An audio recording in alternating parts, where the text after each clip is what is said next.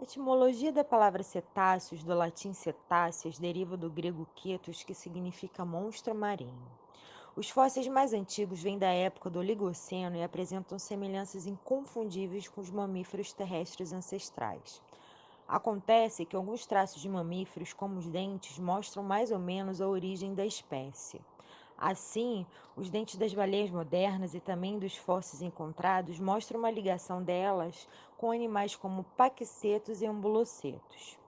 Esses cetáceos provavelmente tinham contatos frequentes com ambientes aquáticos. Desse modo, eles puderam criar habilidades aquáticas e, ao longo dos milhões de anos, passaram a viver mais na água do que na terra. As primeiras baleias provavelmente eram parecidas com lobos que nadavam bem. Em fósseis de mamíferos pré-históricos que viviam na água, é possível encontrar pequenas nadadeiras traseiras. Essas nadadeiras foram diminuindo e as caudas aumentando. Isso mostra mais uma vez a transição do ambiente aquático para o terrestre. Alguns estudos atuais dizem que os cetáceos originam do sul da Ásia há mais de 50 milhões de anos, na época do Eoceno, a partir de um pequeno ancestral, Antiodátilo quadrúpede. Os pesquisadores explicam que as baleias anfíbias progressivamente se dispersaram para o oeste, ao longo do norte da África, e chegaram à América do Norte antes de 41 milhões de anos atrás. A partir das primeiras baleias, duas linhagens principais surgiram. Estão divididas em duas parvordens, que vamos ver a seguir. Então, da infraordem cetácea, nós temos três subordens divididas, que são os arqueocetes, os misticetes e os odontocetes. Os arqueocetes, eles são os cetáceos já extintos. Arqueo significa antigo, então e cete significa cetáceos. Então, são os cetáceos antigos. Então, nós vamos conhecer agora quem são os misticetos e os odontocetos. Misticetos são popularmente conhecidos por baleias sem dentes, porque no lugar dos dentes existem cerdas filtradoras, que são barbatanas queratinizadas. Essas barbatanas que originou o nome baleia. Então, os misticetos são as baleias verdadeiras. Eles são predadores de base porque eles, por não possuírem dentes, eles usam bastante a capacidade filtradora deles. Então, eles acabam se alimentando de organismos menores. E eles realizam migrações saxazonais entre as áreas de alimentação e reprodução. As baleias, elas são conhecidas também como animais solitários. Então, elas se reúnem em pequenos grupos e migram dessas áreas de alimentação até as áreas de reprodução. Odontocetos, eles já são popularmente conhecidos por baleias dentadas. Odonto vem de dentes e cetos de cetáceos, então são os cetáceos dentados. Eles possuem homodontia, que significa ter uma única dentição, e essa dentição ela permanece por toda a vida. Os odontocetos, eles ainda possuem um sentido a mais, que é a ecolocalização. Essa ecolocalização ela é possível a partir dos melões que eles possuem na testa, onde iremos explicar melhor essa ecolocalização mais para frente. Eles são predadores de topo. Por possuírem dentes, eles se alimentam de presas maiores. E eles normalmente eles não realizam grandes migrações. Essas migrações elas acontecem a partir das respostas à disponibilidade de presas. Quando um local está já ficando escasso, elas aí migram para outros lugares. Então, a migração deles é mais por alimentação. Quando falamos de anatomia dos cetáceos, algumas características podem englobar a infraordem inteira, enquanto outras são específicas de subordens. Os odontocetos têm crânios assimétricos, enquanto o crânio dos misticetos é simétrico. A principal hipótese que explica essa diferença especula que crânios assimétricos nos golfinhos são um produto evolutivo vantajoso que permitiu o desenvolvimento da ecolocalização. Não devemos confundir ecolocalização com vocalização. Tanto o golfinho quanto o baleia são capazes de produzir sons e cantos. No entanto, os misticetos não conseguem usar a ecolocalização, pois não possuem sacos aéreos especializados próximos aos espiráculos como nos odontocetos, características resultantes do crânio assimétrico. As mandíbulas podem formar uma estrutura alongada, originando em algumas espécies uma estrutura óssea semelhante a um bico, enquanto em outras a forma é arqueada. Sua morfologia corporal é hidrodinâmica, permitindo que eles deslizem facilmente no ambiente aquático. As nadadeiras dos cetáceos podem ser de três tipos: laterais, dorsais e caudais. É importante destacar que a estrutura mais ou menos triangular presente no dorso de algumas espécies de cetáceos e até mesmo em tubarões é denominada nadadeira dorsal e não barbatana. Os cetáceos que vivem na região polar não possuem barbatana dorsal, pois isso os impediria de nadar sob o gelo. A barbatana ou cauda caudal é formada por dois lobos de tecido conjuntivo. Tem uma posição horizontal e a move de cima para baixo para a propulsão. As barbatanas peitorais são sustentadas por ossos, proporcionando estabilidade ao animal e permitindo o deslocamento lateral. O sistema nervoso dos cetáceos ele é bem desenvolvido. Ele é dividido em sistema nervoso central e sistema nervoso periférico. O sistema nervoso central ele é formado pelo cérebro e pela medula espinhal, que são relativamente grandes. O tamanho varia de acordo com cada animal. O sistema nervoso periférico ele é formado pelos nervos que se estenderam para fora do sistema nervoso central e foram inervando os membros e os órgãos do corpo dos cetáceos. A visão deles, ela é bastante desenvolvida, porque o olho achatado permitiram com que as pupilas elas visualizassem melhor objetos dentro da água e fora da água. Eles têm a ausência de glândulas lacrimais, ou seja, eles não choram. E o olfato deles são pouco desenvolvidos, porque ou eles não possuem bulbos olfativos, ou esses bulbos são reduzidos.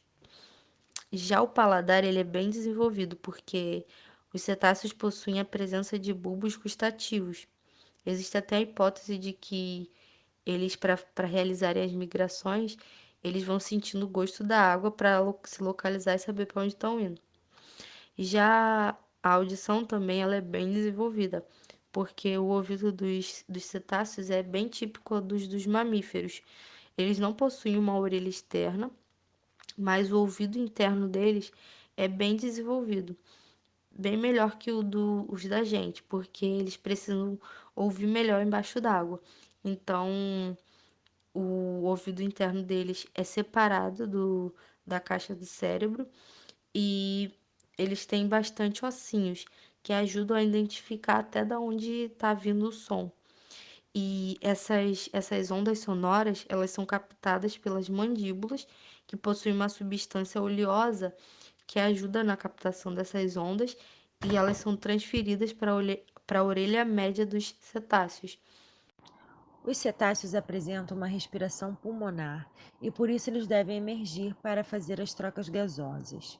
As narinas estão no topo da cabeça, constituindo os espiráculos. A abertura destas é pela ação voluntária dos músculos, portanto, os cetáceos decidem quando vão respirar. Para conciliar isso, desenvolveram um mecanismo de fechamento de narina para evitar a entrada de água e assim permanecer por mais tempo sem respirar. Quando isso acontece, os vasos se contraem e o sangue é elevado somente para o cérebro e o coração. Ainda apresentam hemácias com mioglobina que retém oxigênio por mais tempo. Além dessas características, é importante ressaltar que esses animais não ejetam água pela narina. O que acontece é que em sua respiração pulmonar apresentam um sistema desenvolvido de troca de calor chamado contracorrente. Quando esses animais eliminam o ar quente na superfície, a atmosfera condensa rapidamente o ar, que resulta em partículas de água. Dependendo da espécie, esse borrifo pode ter várias formas, o que auxilia na identificação desses animais em seu ambiente natural. Tem a narina, espiráculo, na parte alta da cabeça, permitindo a ventilação dos pulmões e a entrada do ar fresco, sem que a baleia tenha que tirar a cabeça inteira para fora da água. No odontoceto, esse orifício respiratório é constituído apenas por uma abertura, e nos misticetos são duas aberturas. A traqueia é formada por anéis cartilaginosos, os pulmões não são lobados e seu tamanho é semelhante ao dos mamíferos. Um dos aspectos mais importantes dos cetáceos é a filogenia do mergulho. Além das adaptações morfológicas, existem as adaptações funcionais, e uma dessas adaptações é o conteúdo de mioglobina na musculatura esquelética. A mioglobina atua como fonte primária de oxigênio para os músculos durante os períodos de apneia. Essa proteína é aproximadamente 25 vezes mais abundante na musculatura dos cetáceos do que na musculatura dos vertebrados. Outra adaptação anatômica fisiológica é a presença de rete mirabile, que são massas de tecido que contêm altas concentrações de vasos sanguíneos que podem funcionar como centro de armazenamento para aumentar as reservas de oxigênio durante a imersão. Além disso, os pulmões cetáceos têm a capacidade de colapsar quase completamente durante o mergulho. Após o colapso, eles são capazes de se recuperar. A função desse colapso pulmonar é evitar problemas com a salubridade do nitrogênio do ar.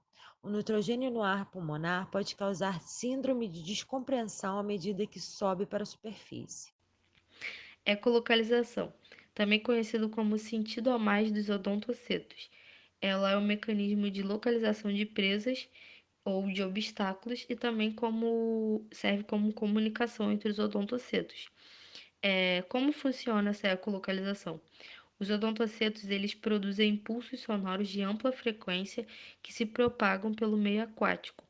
Quando esses, quando esses efeitos sonoros atingem algum obstáculo, ele volta em forma de eco para os odontocetos.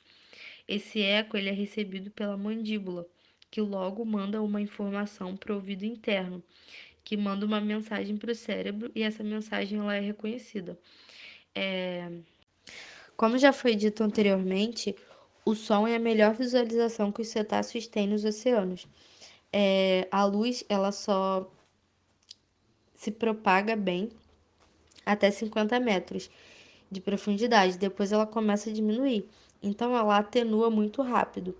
Já o som, ele se propaga mais rápido nos oceanos. Então, os cetáceos eles recorrem mais ao som. Em sua grande maioria, né, os organismos marinhos eles se confiam mais no som que na visão, quando comparados a animais terrestres. O habitat, né? O habitat dos cetáceos, é... os cetáceos eles praticamente estão presentes em todos os lugares no oceano, das águas costeiras até os rios e lagoas. Só que as espécies que ficam nas águas costeiras, elas acabam sofrendo mais com a ação dos homens, por, pelas atividades pesqueiras, pela poluição e tudo mais. Nas águas oceânicas temos o exemplo da cachalote, nos rios e lagoas dos botos e também golfinhos de rios e lagoas.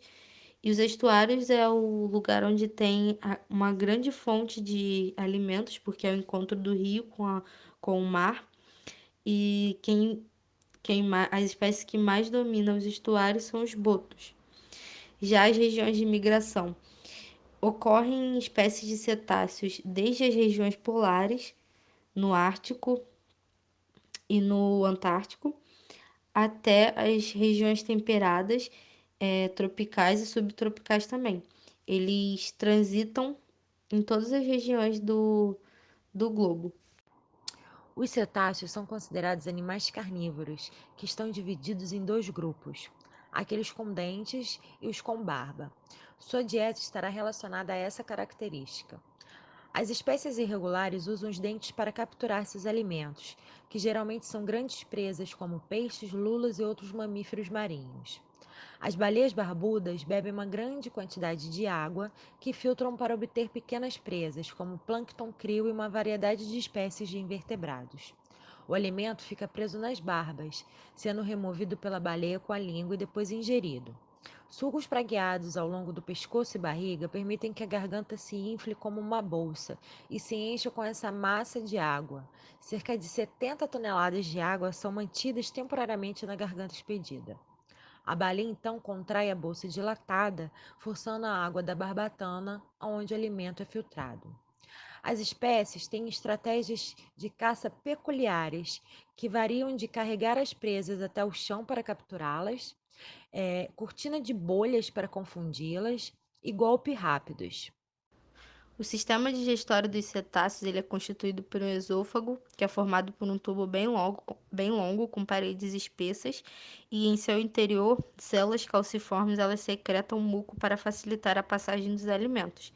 Ele também é constituído por um estômago, que é dividido em três câmaras. A câmara anterior, também conhecido como estômago esofagial, a câmara média, que também é conhecido como estômago principal, e a câmara posterior, que também é conhecido como estômago pilórico.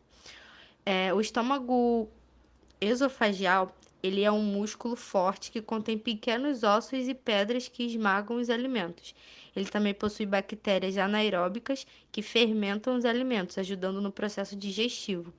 Então, a digestão ela continua nas outras câmaras, na câmara principal e na câmara pilórica, onde são encontrados enzimas e células especializadas para facilitar esse processo.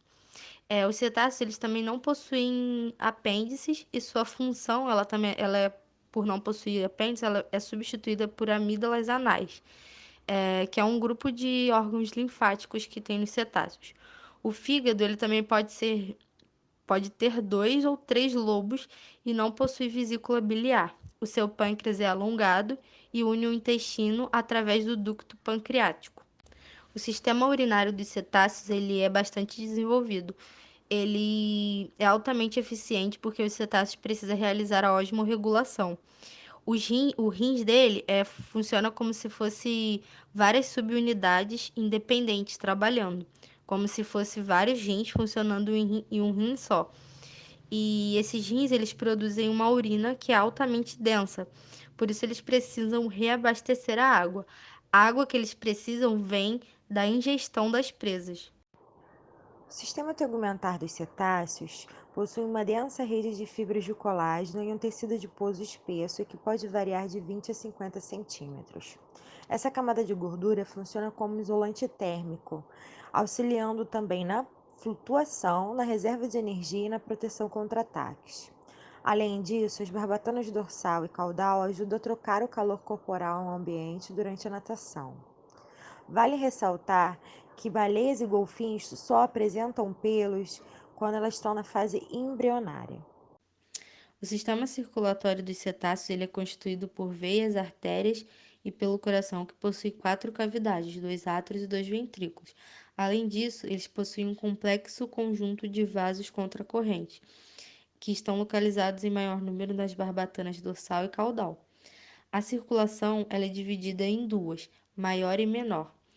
Na menor, o sangue sem oxigênio é bombeado do coração para os pulmões, onde é oxigenado e retorna ao coração. Na maior, ele é enviado para o resto do corpo, que é conhecido como a circulação principal, e para transportar o oxigênio para os diferentes órgãos, depois retorna novamente ao coração, com o sangue não oxigenado.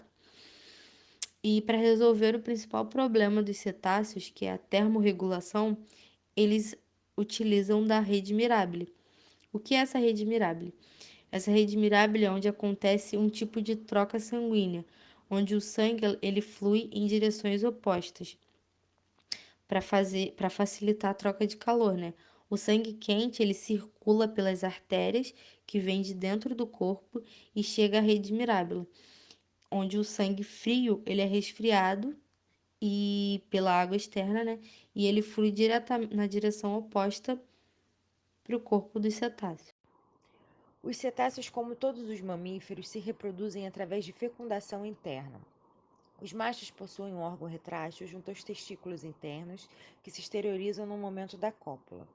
A fêmea apresenta o órgão separado da uretra que se comunica com o útero. Durante o desfile, há muitas vocalizações, além da troca de toques entre os animais, que muitas vezes saltam, se roçam e batem com as nadadeiras na água. O período de gestação dos cetáceos varia de 9 a 17 meses, e geralmente a fêmea dá luz apenas a um filhote. Pode ocorrer casos de gêmeos, porém são raros. A idade com que chega a maturidade sexual e estão aptas para a gestação varia dependendo da espécie. O período de amamentação dura pelo menos 7 meses, e durante este período a mãe se dedica ao filho integralmente. O rápido crescimento do jovem cetáceo deve-se principalmente à constituição do leite materno, bastante concentrado em gorduras, proteínas e açúcares. As glândulas mamárias ficam dentro de fendas no ventre e jorram leite na água. Como é muito gorduroso, ele não se mistura com a água e os filhotes dobram a língua em forma de tubo para sugá-los.